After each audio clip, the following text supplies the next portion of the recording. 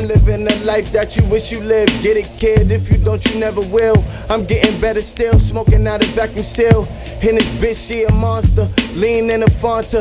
In the club looking for a sponsor. My niggas, we don't buy though. This shit smell good, this shit don't get me high though. I keep the shit close for you fun boys. Concealed from the gun boys. Nigga, fuck the boys. East New York, you better get a gun, boy. Yep. Back again with another one from the homeboy, Mr. Ballin. This man terrified the FBI. Let's get into it. Let's go. Right now, my G. Right now.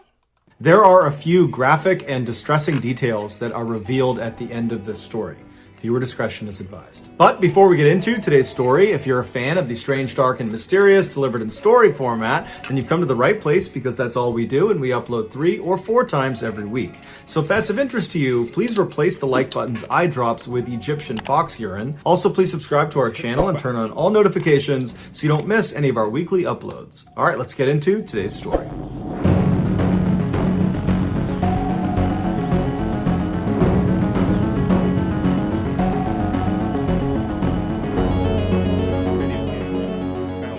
On the morning of February 2nd, 2012, a young man pulled off a 4-lane highway in Anchorage, Alaska, into a large, snowy parking lot. He passed by dozens of parked cars until he arrived in front of this small shack that was brightly teal colored. It was a popular coffee shop called the Common Grounds, and this young man worked as a barista there. After he parked his car, he walked up to the white door employee entrance to this little building, and he got his key out and he went to unlock the door, but when he turned the key, he saw the door was already unlocked. He knew the girl who had worked the previous night and would have been responsible for locking the shop up. She was 18-year-old Samantha Koenig, and although she had only been on the job for about a month, she seemed very responsible and had never had any issues closing up before. The young man shrugged it off though. He figured people make mistakes, and he went inside. Right away, he noticed that a couple of things just seemed out of place. It was like Samantha must have just left in the middle of her shift without even attempting to clean up. There were napkins on the ground, there were towels out, there were cups still out. And so as this young man is walking over to the cash register to unlock it, he's running through scenarios in his head about how Samantha could have been so sloppy. And then he reached down with his register key, and just like the door, the cash register was already unlocked. When he pulled the tray out, all the money was gone. And that's when he knew they had been robbed. And so he called his boss. The night before, Samantha had asked her boyfriend, Dwayne, to pick her up after her shift at the Common Grounds. Dwayne arrived in front of the kiosk at about 8:30 p.m., which was 30 minutes after her shift should have been over. Dwayne had gotten held up at his job, which is why he was late. And so when he gets there, Dwayne looks around the parking lot and he doesn't see Samantha anywhere. He sees the coffee shop itself is totally dark and looks like it's been closed up for the night. And so Dwayne gets out of his truck into the freezing cold night air, and he walked up to the window of this coffee shop and he pressed his face up to the glass to look inside, but there was nobody in there. Dwayne automatically went back to the fight he had gotten into with Samantha earlier in the night via text message. She had accused him of cheating on her. He had been kind of nonchalant, like he didn't care about it, and what ensued was a really ugly fight. And so as Dwayne is walking back to his truck, he's thinking to himself, maybe Samantha just didn't want to see him because of the fight, and so at the end of her shift, she got a ride home from her father or maybe from a friend, and that's why she's not here. And so Dwayne gets back inside of his truck and he sends a text message to Samantha asking if she's okay, if she's gotten home. But after several minutes of no response from her, Dwayne, even though they were fighting, he still cares an awful lot about his girlfriend. He decides, I gotta go by her house and make sure she's there and that she's okay. And so a couple minutes later, he gets to her house, he goes up to the door, and her single father, James, answers the door. Dwayne explains that he didn't see Samantha after her shift and just wanted to make sure she was here. But James says, she's not here. I have no idea where she is. I haven't spoken to her.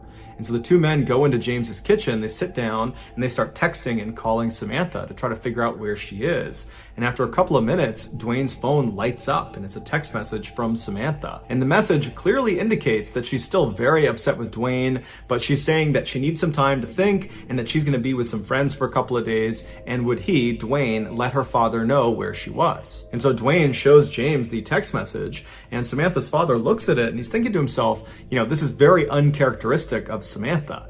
He had raised Samantha since she was 2 years old, and they were very close. They shared everything with each other. It didn't make any sense that she wouldn't contact him directly to say that she was going to be out with friends for a couple of days. And it didn't make sense that she would ignore all of his phone calls and text messages when clearly he was worried about her. The two men stayed up super late, calling and texting, hoping to get more information from Samantha, but she never responded, she never texted back. And so the following morning, when neither men had gotten any more messages from Samantha, James went to the Anchorage Police Department and filed a missing person report for his only daughter. After receiving this missing person report, an officer with the Anchorage Police Department called the owner of the Common Grounds coffee shop to ask about Samantha. And the owner actually said they just got a call from their barista that was working at the kiosk that morning, and they had informed them that apparently there had been a robbery and no one can get in touch with Samantha. No one knows where she is. The owner told the police officer that as soon as she got her hands on the security footage from the night before, she would send it over to the police department. While the police waited for this footage, some officers began calling Samantha's friends and other family members to see if they knew where she was, but no one had heard from her and no one knew where she was. No one had any information. Some other police officers headed over to the Common Grounds coffee kiosk to get a look at it for themselves. And when they got there was no sign of a struggle outside or inside the kiosk, and inside, underneath the counter, was a panic button that had not been pressed. And so even though Samantha's father thought there was something odd about her final text message, the police began operating under the theory that Samantha had robbed the kiosk and then left of her own accord. But what confounded police was how Samantha actually physically got away from the coffee shop. She didn't have a car that night, and she couldn't have just walked away because the weather was way too miserable and cold outside, and Anchorage is just not really a walkable city. And so if Samantha was telling the truth, that she was just taking a couple of days to be by herself with some friends at their place, then why didn't any of her friends know where she was? This question was answered later that day when the owner of the coffee shop made the security footage available. The footage, which has no audio, picks up around 8 p.m.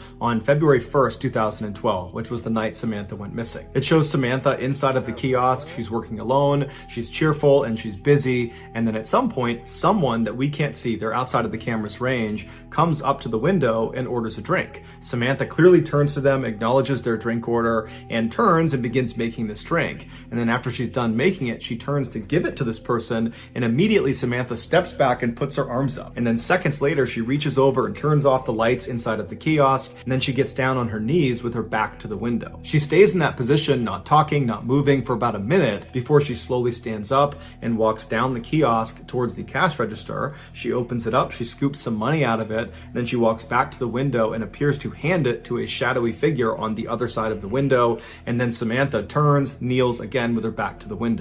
2 more minutes go by before this person outside the window leans their entire upper body inside of the coffee shop. They reach down and they appear to tie Samantha's hands. Now, because it was dark inside of the kiosk, the footage winds up being extremely grainy, and there's no way to identify who this figure is, although it's fairly obvious. Homie smart though. He said turn the lights off. You know what I mean? Then climbed over. You know what I mean? But you know, campers now, we got they got infrared and shit like that. You know what's up. Yes, that it's a male. He's wearing a big sweatshirt and he's got a hat pulled down low over his face. After this mystery man is done tying Samantha's hands, he leaps through the window and then shuts the window behind him. And then he stands Samantha up, he puts a gun into her back, then he marches her out the employee door and then out across the lot, all the way to a white pickup truck where he puts her inside and they drive off. Over the next couple of days, the police and also the FBI, who had been called in to be a part of this investigation, they just kept hitting dead end after dead end because there was no evidence. All they had was this surveillance footage that was too grainy to tell who this guy was that took Samantha. Meanwhile, Samantha's father, James, had rallied the support of nearly all 300,000 people that lived in Anchorage to go out and look for his daughter. His efforts were so profound, it had attracted major news outlets across the country, and suddenly his daughter's story had grabbed national headlines everywhere. This led to strangers donating thousands of dollars to fund a reward for anybody that had information about Samantha's whereabouts. But despite this reward growing in size every single day, and the national news media becoming increasingly more interested in this case, no one came forward with useful information that led to developments in this case, and Samantha never got in touch with Dwayne or her father. Then on February 24th, so 3 weeks after Samantha's gone missing and no one's heard from her, Dwayne got a text message from Samantha's phone, and it was directing him to a particular sign inside of a nearby public park. And so Dwayne and James read this text, they shared it with the police department, and then they raced to this park and actually beat the police there by about 15 minutes. And so Dwayne and James, they walk through the gates and they start walking down this main trail, and they stop in front of this sign. It was actually a bulletin board, and tacked on the bulletin board was a Ziploc bag, inside of which was a typed ransom note. And on the ransom note, literally Xeroxed onto it, was a black and white photo of Samantha. And in this photo, Samantha looks kind of dazed, like she's got a blank expression, and she's not really looking at the camera. She's looking just to the side of the camera. And then in this picture, a man is holding a copy of the Anchorage Daily News newspaper that's dated February 13th, 2012. This was a proof of life photo where Samantha's captor was holding up that newspaper to indicate that Samantha was alive as of February 13th. And so to everybody involved in this case, including Samantha's father, even though this is still not a good situation at all, it was kind of a relief to know that at least as of last week, Samantha was alive. As for the demands of this ransom note, James was told to deposit $30,000 into his daughter's account immediately, and if he did that, she would be released 6 months later. As advised by the FBI, James deposited a portion of the ransom money into his daughter's account, and then the FBI just waited and watched, because they knew if anyone tried to withdraw money from that account, they could track where the card was. A few days later, 3 separate withdrawals were made within Anchorage, but each time the FBI got a notification about one of these withdrawals, they would rush to the scene, and whoever it was that had tried to make this withdrawal was long gone. When they pulled the security footage from these 3 different ATMs, the person that was making these withdrawals was a man wearing a ski mask and big sunglasses, so they had no way to identify him. After these withdrawals, the account went silent for over a week,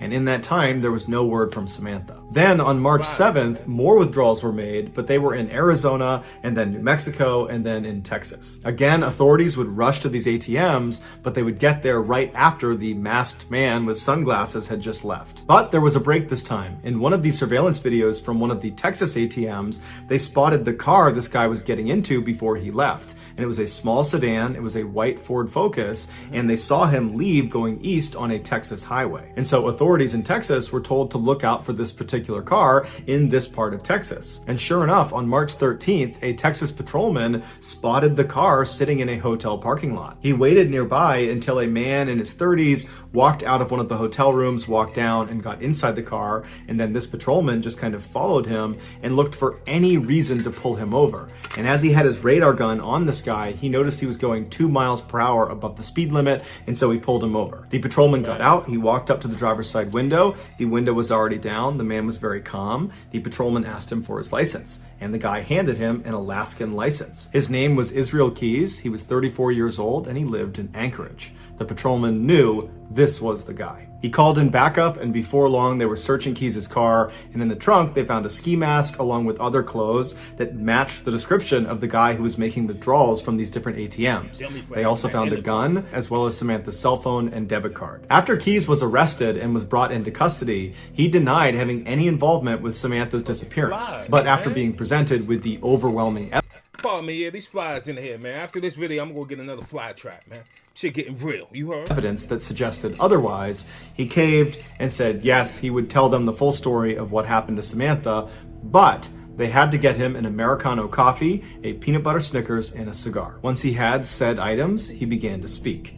And what he said was so disturbing and so graphic, the FBI still has not released the full transcript of his confession. Here is the version of events based on what was made public. On February 1st, 2012, Keys decided he was going to rob the Common Grounds coffee kiosk. He walked up to the window expecting there to be some teenager working inside, and he was right. It was Samantha. He asked her for an Americano, and while she turned to make his drink, suddenly his plan changed. Not only was he going to steal money from inside of this coffee shop, he decided he was going to steal Samantha from this coffee shop. When she turned back with his drink and handed it to him, he discreetly pulled his gun out and aimed it at her and told her this was a robbery. That's when she backed up and put her hands up, and then she turned around, he tied her hands, he jumped back inside, and then he said after he shut the window, he jammed napkins inside of her mouth so she couldn't make any sound, and then he marched her out the door, outside, into his car, and they took off. Once they were in the vehicle, he pulled the napkins out of her mouth, and he told her if she tried to escape or if she tried to flag anybody down that he would just kill her. And so he said she was very obedient, she was obviously very scared, but she was trying to do her best to stay composed. At some point, Keys reached over and took her phone and sent that text message to her boyfriend informing him that she was going to be spending a couple of days with friends and that he should tell her father. And then Keys told Samantha he was going to be holding her hostage and trying to extract some ransom money. Samantha told Keys that her family was very poor and that he wouldn't get much money out of them. To which Keys said, "Don't worry about it. I know they'll raise money and they'll come up with it somehow." Then they drove around Anchorage for several hours, periodically stopping so Samantha could get out and relieve herself, other times so Keys could smoke a cigar. Then around midnight, Keys made his way back to his house. Yeah, why they just didn't track the phone? You know what I mean? He texting, why he just didn't track the phone? But you know what's up. You know. And he pulled into the driveway and he turned to Samantha and he had her go in the back seat and lie down. And he put some tarps over her and he told her if she tried to escape, he would kill her. And then Keys got out and he walked inside of his house where his 10-year-old daughter and his girlfriend were fast asleep. And in just a few hours, Keys and his daughter were scheduled to go to New Orleans for a 2-week-long luxury cruise. Keys left his house and went back to his car. He put a blindfold on Samantha and then led her down the driveway to his shed. Once inside, he sat her down on an upturned bucket in the back of the shed, and then he put a rope around her neck and he anchored each end of the rope to the wall so she was pinned to the wall. Then Keys turned his radio all the way up to make sure it masked any noise she might make, even though he reminded her repeatedly that if she made any noise, he would just kill her, and by and large, she was very obedient. And then he gave her a couple of cigarettes to smoke and told her it was going to be just fine, to just chill out, that he was going to get the ransom money from their family, and then as soon as that was done, he would let her go. He turned on some space heaters to keep the space warm, and then he left and locked the door. He walked back into his house and double-checked that his daughter and his girlfriend were still asleep. They were. Afterwards, he started drinking some wine and relaxing, and then after a little while, he got a cup of water and he went back out to the shed. He went inside and he gave the water to Samantha, and he said Samantha was very composed. She was obviously frightened, but she asked him, "Did you speak to my father? Did you figure out the ransom situation?" And Keys told her that, "Yes, I talked to your father. Everything's working out fine. He's going to raise the money. We're going to get you out of here. Everything's going exactly to plan." After that, he walked up to Samantha and he unscrewed the 2 anchors that were holding that rope up against her throat, and then he cut the zip ties on her wrist, allowing her to relax and sit forward and just kind of be at ease for a second. And it was very obvious that Samantha was relieved. Her nightmare was about to be over. But then seconds later, Keys grabbed her really aggressively and tied her up all over again, this time much more thoroughly and much more tightly. It had been a cruel trick. When he cut her handcuffs and undid her necktie, he just wanted to see what she would do if she thought she was being let go. When in reality, he was never going to let her go. There was no ransom. He had not spoken to her father. It was all a big lie. Keys told investigators that as he was tying her up for that second time, he looked at her face and she had this look of total resignation. He said she knew what was about to happen to her. After Keys tied her up, he left the shed and locked it behind him. He went inside to check one more time to make sure his 10-year-old daughter and his girlfriend were still asleep. When they were, he went back to the shed, he opened it up, he went inside, and this time when he stepped inside, it smelled like urine and sweat, and he looked down at Samantha and she was terrified. He walked up to her and he began to assault her, and then after he was done, he was standing over her getting his clothes back on, and Samantha very stoically looks up at him and says, "Are you going to kill me?" And he says, "Yes, I am." As he put on his leather gloves, she tried to talk him out of it, but he said there was no other way. Keys would tell investigators that he was very impressed with Samantha's bravery. Shortly before 4 a.m., Keys drove a knife into Samantha's back before choking her until she stopped moving. He told investigators that she never made a sound. After she was dead, Keys left the shed and locked it behind him. He went into his house, he took a shower. Afterwards, he woke up his daughter and told her to start getting ready because they were leaving soon for the airport.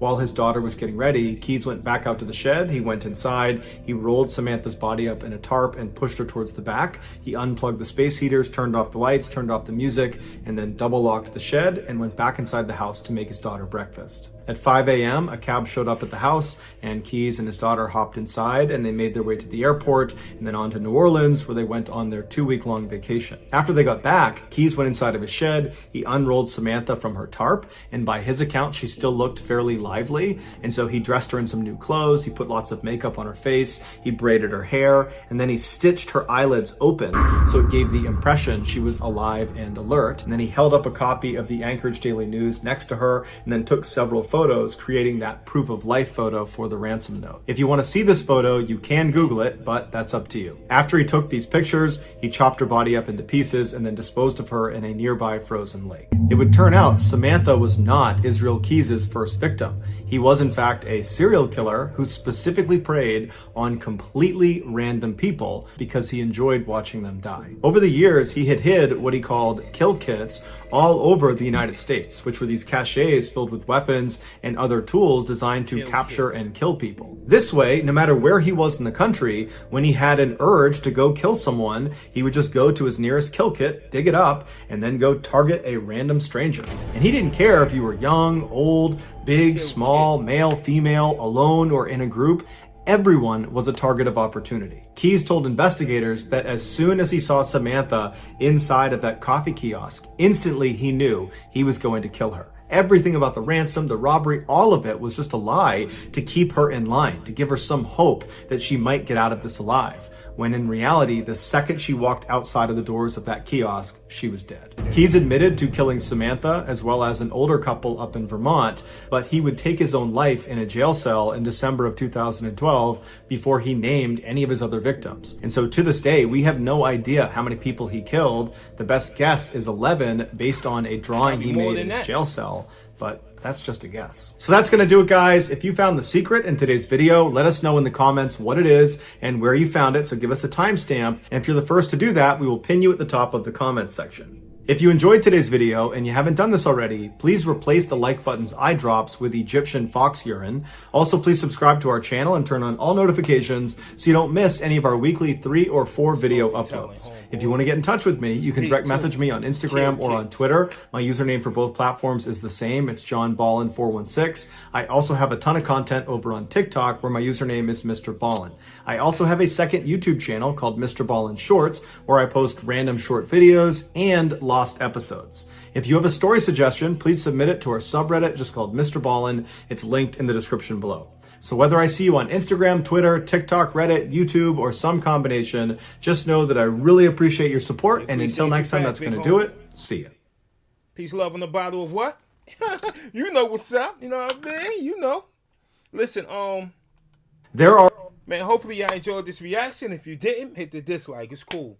You know what I mean? Shit, nigga got kill kits everywhere he go. Shit, stashed around just in case if he want to go kill somebody. Come on, homeboy. Shit real out here. You heard? That shit crazy, man. Like, you know what I mean? But y'all know what's up, man. Thank you for the love and the support. Appreciate it. You know what I mean? I'm up out of here because I got to go to the store and get some of these motherfucking fly traps, man. You see them in here. You know what I mean? Shit. You know how that shit go. 4 - 3, 1, and I'm out of here. Thank you for the love and the support. You heard? All right, man. I'm going right now. Shut up. Shut up. You know what's up. You know what I mean? All talk long-winded on my blue steel, it be extended. Stop playing, nigga, grow up. No old guns, nigga, they new shits. No vest, all my shots are butter naked, bitch. No sex or neck. She see me on the block looking like I bust a check, and then she broke her neck in the back of Gift Lex. You mad, nigga, but you ain't about that mess. I done seen niggas die for less. I got extra clips for the tech. I dare nigga to test.